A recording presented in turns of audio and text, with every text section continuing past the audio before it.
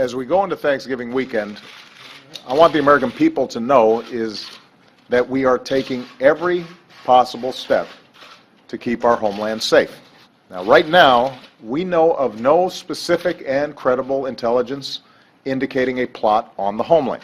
All right, ladies and gentlemen, welcome aboard Wednesday edition of the Steve Malzberg Show from our New York City studios. On this last show before the Thanksgiving holiday, President Obama today trying to reassure Americans. He did say stay vigilant, and if you see something, say something. We'll have more on that later in the show. New polls are out. Donald Trump at the top again, increasing his lead. Roger Stone joins us. But Trump was in South Carolina yesterday, Myrtle Beach to be specific, and he had one of those Trump moments. I want you to watch, then we'll talk about it, and welcome in Roger. This is what I call a real supporter. Wow. Thank you, man. Are you married? Are you happy with your husband? She said yes. She fantasizes that he's really the real Donald Trump. Could you believe it? All right, you know, people always say that the reason Donald Trump is where he is, and as I mentioned at the polls, 38% in the Reuters rolling poll, 38% with Ted Cruz the closest to him at 11%. It's not only because he says, what people think about national security, immigration, and blah, blah, blah. It's stuff like that. It's like when he called the Hispanic woman up on stage and said, pull my hair. It's, your wife fantasizes about me when she's with. I mean, that's the kind of stuff he's unafraid. And joining us now, as promised, Roger Stone, Republican political consultant, author of Clinton's War on Women, and he has a forthcoming book on the Bushes, Jeb Bush. Hello, Roger. Great to see you, Steve. Great to be back with you. And, of course, editor of StoneZone.com, correspondent for the Daily Caller. Okay, so when you see stuff like this, you're sitting home watching that rally in South Carolina, what are you thinking of? I'm thinking that Donald Trump is one of the greatest communicators and one of the greatest performers on the stage that I can remember since Ronald Reagan. He's entertaining. He is unrestrained. He's genuine. He's funny. But he's making some very key arguments to the American people, and it is resonating, as you point out in the polls, with a large number of people. So Trump remains a front runner in this race. It's, the so-called summer of Trump that all the establishment Republicans said would come and go, that hasn't materialized. Trump continues to lead, although there are important changes in the race. I think the day of Ben Carson's on his way down, maybe the Herman Cain of this year. Ted Cruz very much on the upswing, and then the establishment wing of the party, John Kasich has flared out badly, despite spending millions of dollars, although he is running ahead of Jeb Bush, by the way, in New Hampshire in the polls.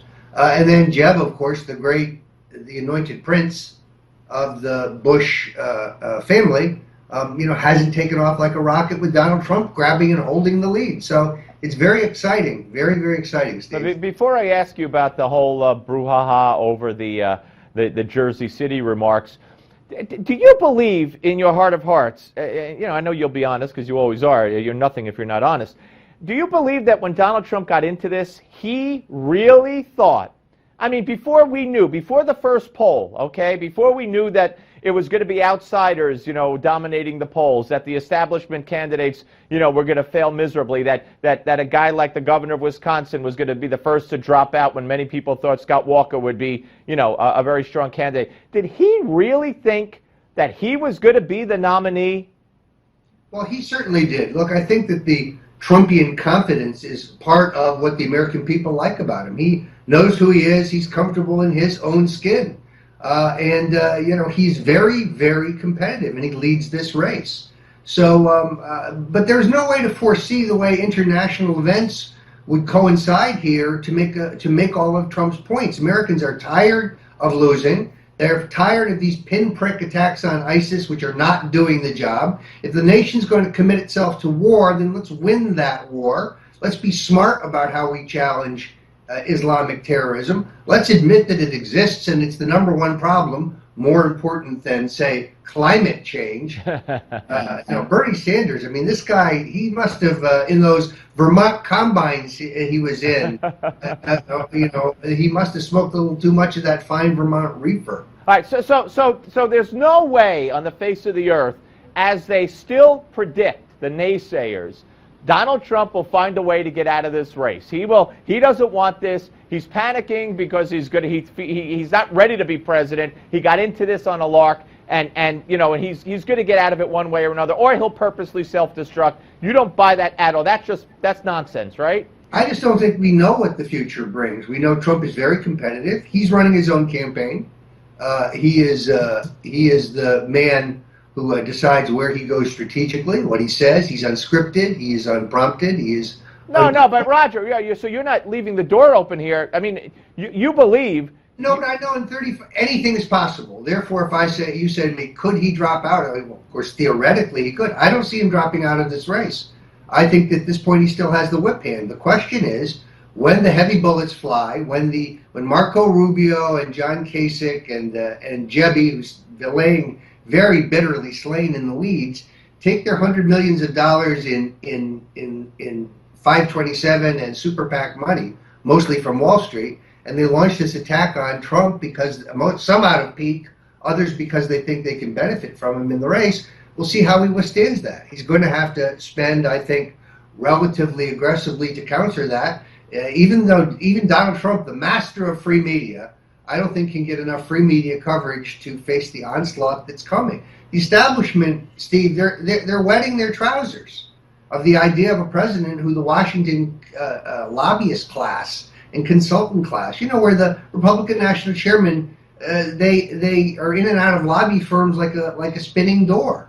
It's all a money-making enterprise. The idea that Trump can't be gotten to, can't be bought, can't be bullied, it scared the political establishment. Now that he started talking about 9/11 and how many tips we really had and how much intelligence was ignored, that opens a whole new dimension of other people starting to examine the acts of the government. So Trump he's already vanquished Jeb, vanquished.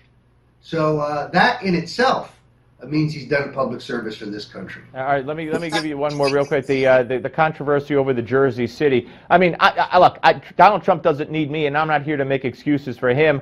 But you do go to that Washington Post story, which I put up on the screen over and over again, that said police were, questioned numerous people who reportedly were partying and tailgate-style parties and celebrating the towers falling down. So as long as he has that, I think he's fine with that. Yeah, no, look, Trump is not wrong. There were a number of, there are radical Islamic sympathizers who are already riddled in this country in certain places, and they were happy about the attacks on America of 9/11, and they were probably celebrating, although they're not allowed to drink, so I'm not sure what they were doing. But in any event, they were in a celebratory mood about this vicious attack that killed 300 Americans. To try to deny that these people exist or that happened is rewriting history. It's reported in numerous locations by eyewitnesses, also by the Washington Post. So it's, again, the mainstream media going crazy because Trump will raise questions that nobody else will raise, whether it is his questions about the birth certificate. No matter what you think about where Obama was birthed, regardless, he got that story into the mainstream in a way that nobody else could have for a full public debate. So so what is Roger Stone doing for Thanksgiving? The public wants to know. I am giving thanks for a great family, a great book tour, and robust health.